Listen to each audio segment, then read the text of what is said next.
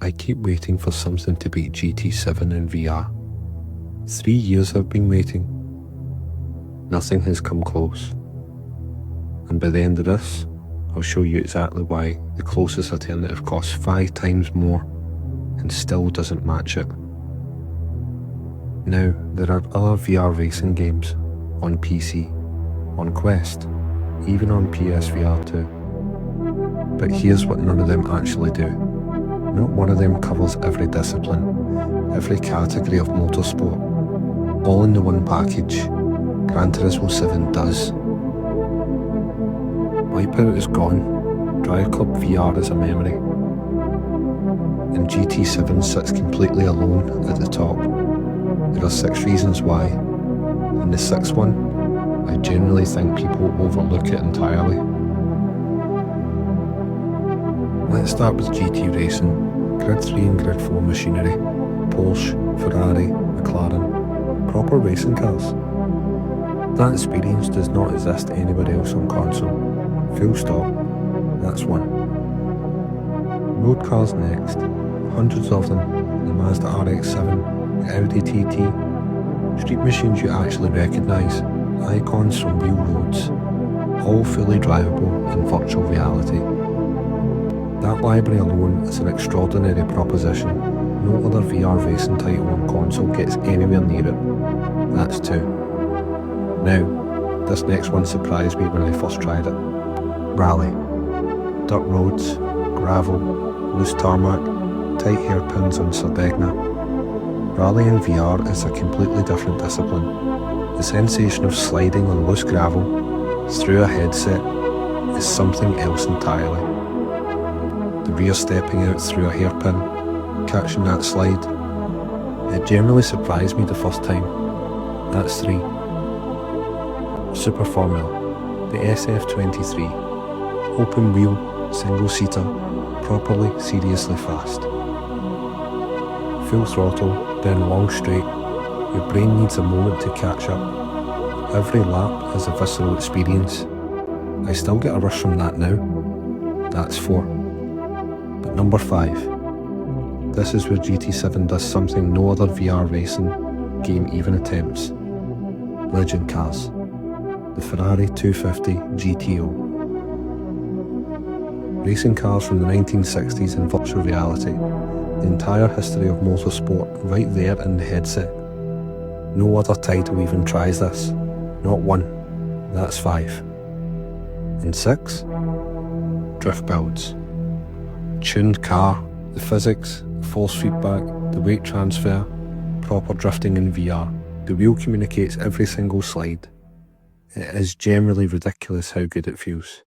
6 disciplines, 1 headset, 1 game. Nothing else on console even comes close. Now, let's talk about the alternative, because the numbers are genuinely wild. I want to be fair here, I generally do. The PC VR sim racing world has some extraordinary hardware, and if money is no object, it is impressive. But here is what it actually costs to do this properly on PC. Stay with me. The Pimax Crystal, 4K per eye, generally one of the most impressive VR headsets ever made. It is extraordinary hardware. It is also around $1,500, just for the headset, just to get started. Then you need a PC powerful enough to actually run it at maximum settings in VR. We are talking an RTX 5090 graphics card, around 2,000, just the GPU. Then add your CPU, your RAM, your motherboard, storage, power supply, case, cooling, a proper high-end build to drive that headset at full resolution. Realistically, another 2,000 on top.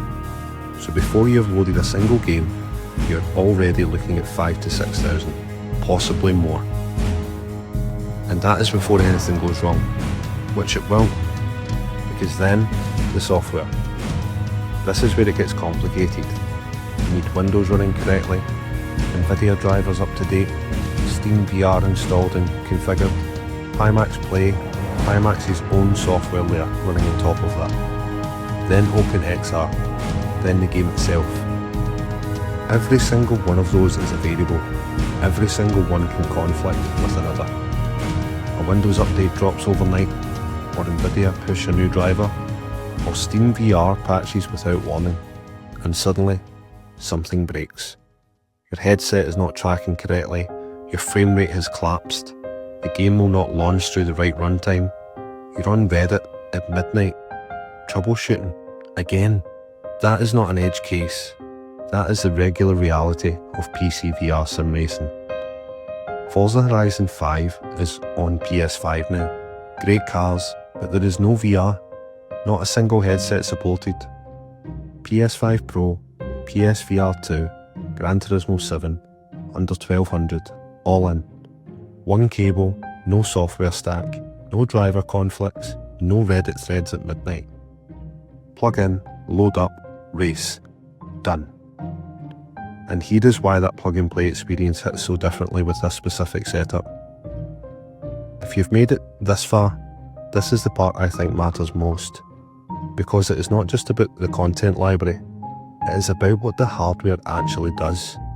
Haptics in the headset, force feedback through the wheel, resistance in the pedals under hard braking. Every surface, every curb, every lockup, you feel all of it. The whole system talks to you. I'm running this in a Fanatec DD Plus with CSL Elite V2 pedals. The feedback chain from GT7 through that hardware in VR is something genuinely special. I run GT7 in VR with no HUD, no lap times, no racing line, no map, just the road, the wheel and the car. Over 2,000 hours in, it still surprises me. That level of immersion is not available anywhere else on console. It is generally not. So here is where we land. No setup ritual, no software conflicts, no 5,000 PC build. You plug PSVR2 in, you load GT7, you race. That is it. 6 disciplines, the full history of motorsport.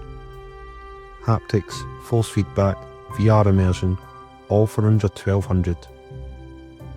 And no other console franchise is doing any of this, not at this level, not even close. Formula 1, WRC, Forza, Wreckfest, none of them, just Gran Turismo 7. So if you're thinking about PSVR2 and Gran Turismo 7, I hope this gives you the full picture, because the argument really does sell itself. Thanks very much for watching. Catch you in the next one. Peace.